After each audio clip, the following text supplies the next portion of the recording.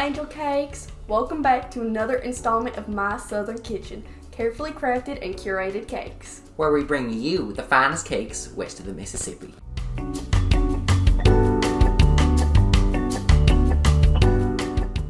Today's recipe has been carefully crafted and curated by our wonderful team of researchers. Alright guys, we have some truth to share with you. We're just so sorry. We're in tears right now. Our researchers did not create this recipe. In fact, this recipe can actually be found on mykakeschool.com. Back to the video. And today we're going to bring you strawberry pound cake. This is my neighbor Caroline Jakes' absolute favorite recipe, and I've heard that even weary travelers love it. Here are all of the ingredients that you will need to replicate this cake in the comfort of your own kitchen. For the cake, you will need 1.5 cups of unsalted butter, 3 cups of sugar, 5 large eggs at room temperature, 3 cups of cake flour, half a teaspoon of baking powder, a half a teaspoon of salt, 1 cup of buttermilk, and 2 teaspoons of vanilla extract. For the strawberries, you will need 4 cups of sliced fresh strawberries and 3 tablespoons of sugar. For the whipped cream, you will need 2 cups of whipping cream, a half a cup of confectioner's sugar, and 2 teaspoons of vanilla extract. And for the caramelized strawberries on the top of our cake, you are going to need some brown sugar and just a few strawberries.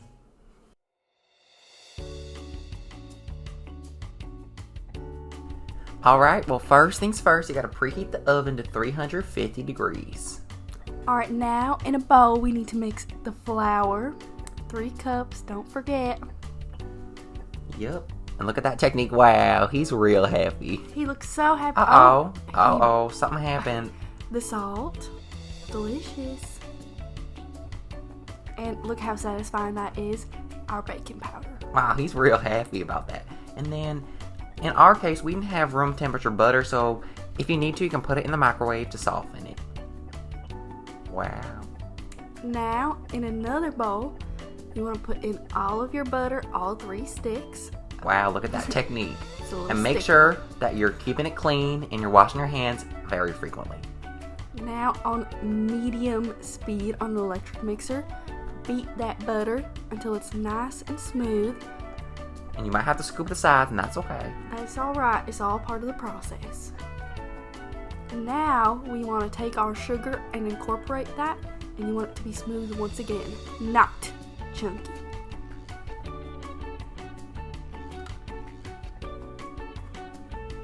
Alright, and it's important to note that mistakes happen, alright, and that's okay. See, look, our cook is still happy, so make sure to keep beating that butter and mixing it so it's nice and fluffy. Sometimes you gotta get a little elbow grease. Uh-oh, what happened with those eggs? There's been a physics emergency. An egg has rolled off the table and is now in projectile motion. What is its expected trajectory and velocity? Will we be able to catch it in time? Our table is really clean and glossy, so we can assume friction is negligible. Yay! Our egg got pushed accidentally and is now rolling at a velocity of 6 meters per second. Pretty fast. Velocity is essentially the same thing as speed, but it has a direction. In this case, let's say our egg is rolling in the positive x direction, or horizontally to the right. When the egg is rolling on the table, is its velocity changing at all? To figure this out, let's create a free body diagram. This will show us all of the forces acting on the egg. Since friction is negligible, our free body diagram only has the gravitational force and the normal force, which is the name for a force exerted by a surface to keep an object from passing through it. Since the egg is not moving in the y direction, this is vertically, these forces must equal each other and therefore cancel out. Newton's second law states that force equals mass times acceleration, and since there are no forces in the x direction and the forces in the y direction cancel out, there is no acceleration while the egg is on the table. Acceleration is the rate at which velocity changes, and since it is equal to 0, the velocity does not change. Oh no, the egg has fallen off the table. While it is in the air, does it have an acceleration? Let's find out by drawing a free body diagram. This time, we only have the gravitational force pointing downwards, so that means that the egg will accelerate downwards, and in the horizontal x direction, it will be moving in the same speed. How long will it take for the egg to hit the floor if our table is 0.75 meters tall, or around 29.5 inches? To figure this out, we can use our uniformly accelerated motion equations. These are equations that we can use when the acceleration is constant. Since we know our initial velocity, the displacement, and the acceleration, we can use that the displacement equals the initial velocity times time plus 1/2 acceleration times squared as our equation. Since our initial velocity in the y direction is 0, this becomes displacement equals 1/2 times acceleration times time squared. So time equals the square root of 2 times displacement over the acceleration. The known value for acceleration due to gravity on Earth is 9.81 meters per second squared. So when we plug all of this in, we get a value of t equals 0.55 seconds. Will they be able to catch the egg in time? Next, we need to crack our eggs one by one and incorporate them all fully into the butter and sugar mixture. Wait, I feel like eggs have something to do with science. Well, yes! Eggs are a wonderful example of the interconnectedness between science and cooking. As eggs are used in a plethora of dishes, it is obvious that they play an important role. But what role do they play? Using eggs in cooking is a great example of protein denaturation. First of all, what are proteins? Proteins are macromolecules that are made up of small building blocks known as amino acids. These amino acids form chains that are held together by peptide bonds, or bonds between carboxyl and amino groups of neighboring amino acids. Eggs, specifically egg whites, are made up of long chains of amino acids that create globular proteins, meaning the proteins are highly folded and curled into a globular shape. Weak chemical bonds hold together this curled shape.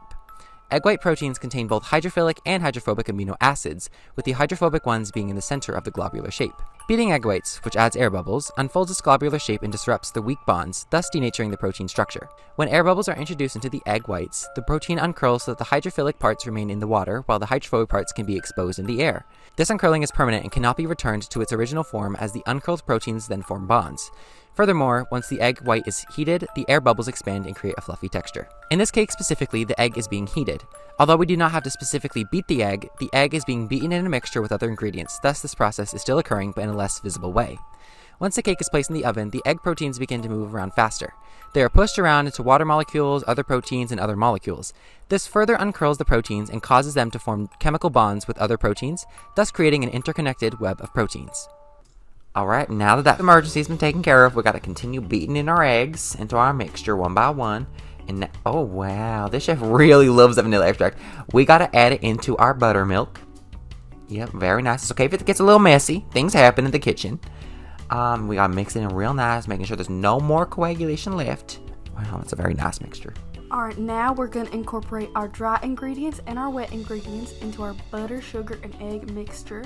You should alternate dry and then wet, preferably ending on the dry. I like 3 parts dry and 2 parts wet. Look at that pour, beautiful. Make sure it's fully incorporated. And now we gotta cut our parchment paper to fit the lining of our cake pans. We gotta pan it, grease it, make it real nice, flour it too. We're feeling crazy. And wow, I like how she was standing there. Now we gotta pour it into our cake pans, making sure to disperse it evenly.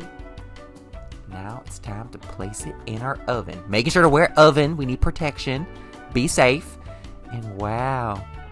Sometimes it takes a little bit to get to the time that you need, but we need to do it for 20 to 25 minutes.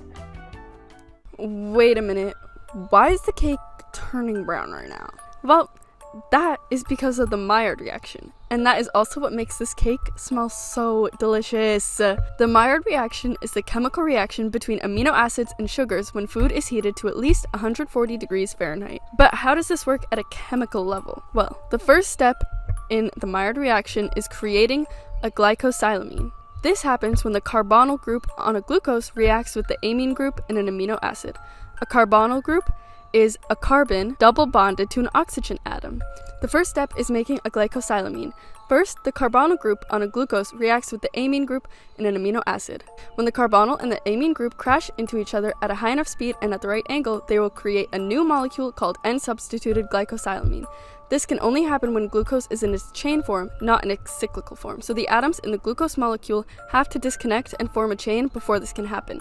When the N-substituted glycosylamine is created, an extra H2O or water molecule is created as well. The next step is the Amadori rearrangement. Next, an isomerization reaction takes place. This means that the atoms in the molecule have to shift around into a new formation. The atoms in the N-substituted glycosylamine move around to form a new molecule, but with the same atoms, and this is called the amidori compound. The amidori compound has both ketose, which is a group of atoms that will break down fats in our cake, and an amine, which is a group of atoms that can react with other molecules to finish the Maillard reaction. What happens next with this compound depends on the food and the conditions. Temperature and the amount of protein and sugars both impact the rate of browning and the extent of browning. Additionally, browning due to the Maillard reaction can be sped up by adding alkalanes such as baking soda to increase the pH. Alright, now we gotta cut up our strawberries and look at this beautiful technique with the knife. Nice small pieces, and we want to have 578 grams. Now we add the sugar, make it nice and delicious, and throw it in the fridge. Alright, and we want a little sweet treat on top, so we're gonna cook up something special with our brown sugar. But wait, something's happening. Wait, what is happening with the strawberries? Before we get into the science of caramelization, let's quickly get into what caramelization is in a general sense. Caramelization is the process that occurs when sugar meets intense heat. Once the bright white substance begins to be heated, it turns slightly yellow or brown. The sugar no longer has the same sweet palate as before. The taste becomes slightly more complex and slightly bitter. And this is what caramel is. I'm sure you didn't know that. Wow. Caramelization is often compared to the Maillard reaction, but there are some key differences. Caramelization only requires sugar and heat and occurs only at higher temperatures, whereas the Maillard reaction requires sugar and proteins and can take place at relatively cooler temperatures. First of all, what is sugar? Sugar is a carbohydrate, meaning that it is composed of building blocks known as monosaccharides. The most commonly used form of sugar in cooking is sucrose, which is a disaccharide composed of one glucose molecule and one fructose molecule. To start off the process of caramelization, the heat applied needs to reach a certain temperature. For sucrose specifically, caramelization typically begins at around 320 degrees Fahrenheit. Once a certain temperature is reached, chemical reactions in the structure of the sugar begin to occur. It is important to note that, due to the highly complex nature of caramelization, all of the chemical reactions that take place are still being researched.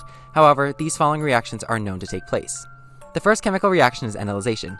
During this reaction, the chemical structure of the sugars changes. The arrangement and the connections between oxygen and hydrogen atoms are reordered, causing a small shift in the structure that allows for further reactions to take place. The second reaction is dehydration. After enolization takes place, the sugar molecules will likely lose a water molecule. The reactions that occur to make this happen differ, and the total amount of water molecules lost will also differ. After dehydration, further reactions occur, but this is unfortunately where the widely agreed upon reactions cease. In fact, the previous two reactions may not always even happen. The reactions that follow are complex and are under-researched, especially because there are likely many reactions occurring at the same time. The browning that forms is representative of large molecules that are composed from many smaller molecules that underwent chemical reactions with each other. Aromatic molecules, which are small and can reach one's nose, are formed as well. Let's continue with the recipe. Alright, now that we learned about that, let's keep cooking our strawberries, making sure to stir them around until the sauce gets red. Alright, now it's time to make our whipped cream. Oh, it looks like that carton is a bit hard to open. Smells bad. Let's put our whipping cream into a bowl, pour it all in there, very nice. Oh, and now we want to add our confectioner sugar to make sure this whipped cream is nice and sweet, and also some vanilla extract. Very yummy. It's okay if you spill it a little bit. Who doesn't love extra? And now you want to whip it on a medium speed, gradually increasing until you get some soft peaks. Alright, and now that we finish our cakes, it's time to unveil it, open up that cake pan, peel it, very aesthetic, and put them on a rack to cool. Alright, now it's time to ice our cake with our whipped cream. We have a friend in the back there. Hey there, friend. So nice to see other people enjoying our cooking. Alright, now we popped it on. You don't have to. Now we're going to smooth it out, and then we can go in and add our delicious sugared strawberries. Our chef really enjoys this process. Alright, and then we gotta add the other layer. Make sure to press it down firmly and then continue decorating. And here you can see that we chose a little bit of some designs, particularly a heart in the middle. And if you're feeling crazy, we can even add strawberries. And wow, look at our final product. Isn't it so beautiful? It's so beautiful, so proud. And now we're gonna do the cutting to get ready for our first taste of our beautiful strawberry pound cake. We hope you enjoyed our installment of My Southern Kitchen, carefully crafted and curated cakes. Alright, now let's have a bite of our cake. You know what, we're gonna see if my neighbor Caroline Jenks has good taste or not. Alright. I love how this whole cake stays in one piece. I really love it. It's Me as very well. manageable. Alright, Alright, ready? first bite.